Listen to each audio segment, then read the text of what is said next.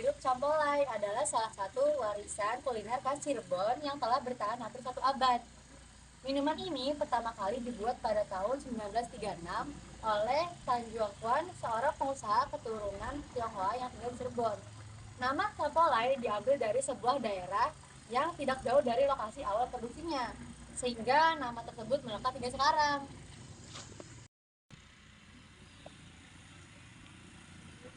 Pada masa awal, sirup Sampola diproduksi secara sederhana dengan bahan alami. Rasa yang paling terkenal sejak dulu adalah pisang susu. Karena memberikan cita rasa yang unik, tidak ditemukan pada sirup lain. Seiring waktu, varian rasa baru bermunculan, antara lain seperti melon, kopi, jeruk, mocha, dan leci. Hal ini menjadikan Capola semakin dikenal luas oleh masyarakat dari berbagai kalangan. Pada era 1960 sampai 1980-an, sirup Sapola menjadi minuman yang wajib hadir dalam berbagai acara penting. Mulai dari hajatan keluarga, jamuan tamu, hingga perayaan keagamaan. Penyajiannya biasanya dengan tambahan es batu atau dicampur dengan soda agar menambah kesegaran yang khas. Sering berkembangnya zaman, banyak produk minuman yang instan modern bermunculan. Namun, Campolai tetap bertahan karena memiliki ciri khas, aroma harum yang rasa manis, dan keaslian yang resip yang tidak berubah sejak pertama kali dibuat. Bahkan, Campolai kemudian berkembang menjadi salah satu oleh-oleh yang wajib dibeli oleh wisatawan yang berkunjung ke Pantai Cirebon.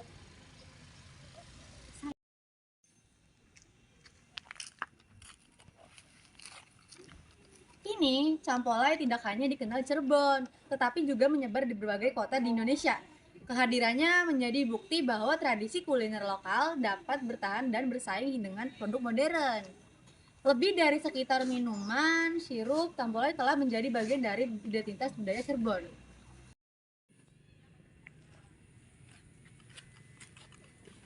Halo teman-teman, setelah saya membacakan teks cerita sejarah non-fiksi, kita akan menganalisis apakah teks yang saya ceritakan tadi benar-benar termasuk dalam teks cerita sejarah. Yang pertama akan dianalisis oleh Aura, yang kedua ada Ike, dan yang ketiga ada Umi, keempat ada Maulida. Saya di sini akan membacakan fungsinya. Yang pertama, memberi informasi faktual, menjelaskan asal-usul, pencipta, tahun lahirnya, hingga perkembangan sirup Campolai. Yang kedua, melestarikan pengetahuan budaya lokal, mengangkat sirup Campolai sebagai bagian dari sejarah kuliner khas Cirebon agar tidak hilang. Yang ketiga, menumbuhkan rasa kebanggaan, membuat masyarakat, khususnya generasi muda, lebih menghargai produk tradisional Indonesia. Yang keempat, sebagai dokumentasi sejarah, merekam perjalanan sebuah produk kuliner yang sudah bertahan lintas generasi. Yang kelima, memberikan inspirasi, menunjukkan bahwa warisan lokal bisa bertahan dan bersaing dengan produk modern. Sekian dari saya. Oke, selanjutnya kita akan analisis tentang kaidah kebahasaan teks cerita sejarah.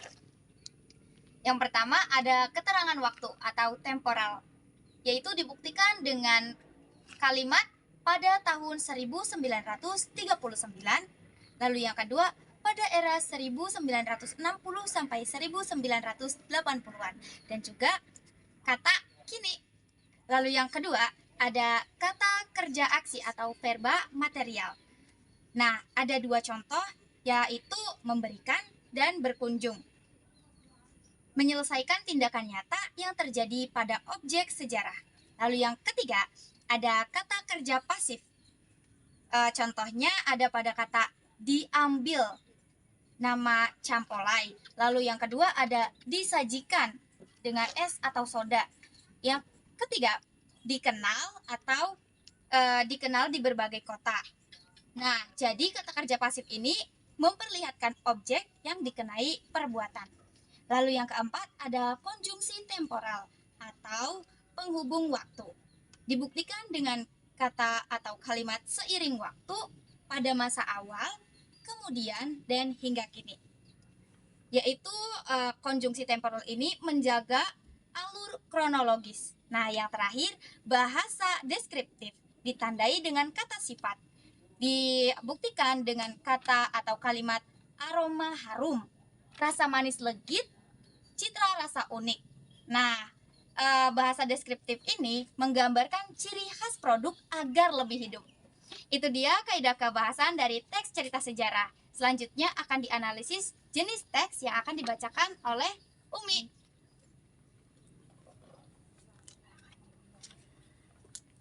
Jenis teks cerita sejarah yang sudah dibacakan termasuk teks sejarah non-fiksi. Alasannya, teks ini menceritakan fakta tentang lahir, berkembang, dan bertahannya si Tangkolai. Cerita tersebut termasuk teks sejarah non-fiksi. Alasannya, teks ini menceritakan fakta tentang lahir, berkembang, dan bertahannya sirup Tampolai. Cerita tersebut termasuk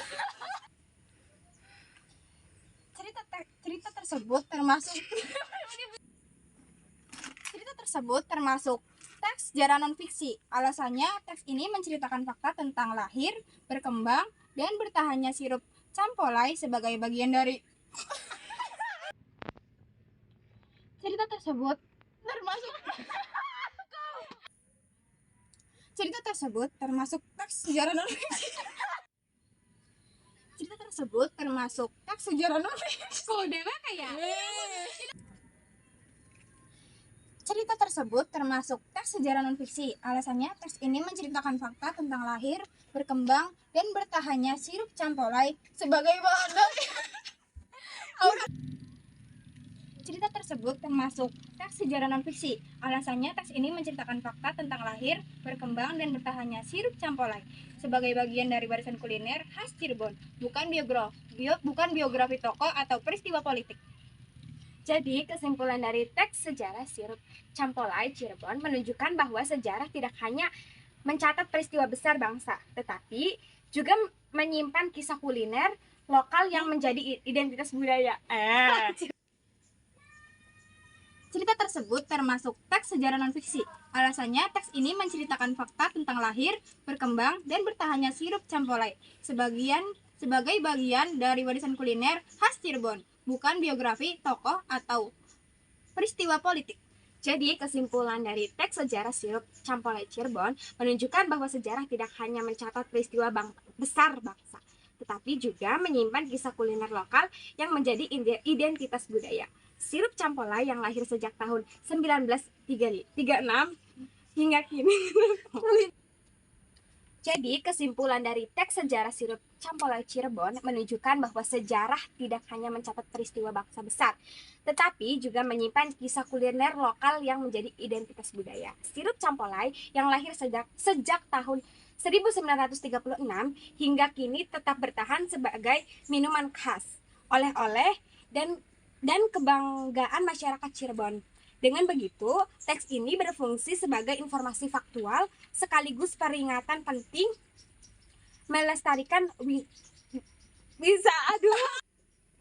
Jadi, kesimpulan dari teks sejarah sirup Campolai Cirebon menunjukkan bahwa sejarah tidak hanya mencatat peristiwa besar bangsa, tetapi juga menyimpan kisah kuliner lokal yang menjadi identitas budaya. Sirup Campolai yang lahir sejak tahun 1936 hingga kini tetap bertahan sebagai minuman khas, oleh-oleh, dan kebanggaan masyarakat Cirebon. Dengan begitu, teks ini berfungsi sebagai informasi faktual sekaligus pengingat pentingnya melestarikan warisan kuliner Nusantara.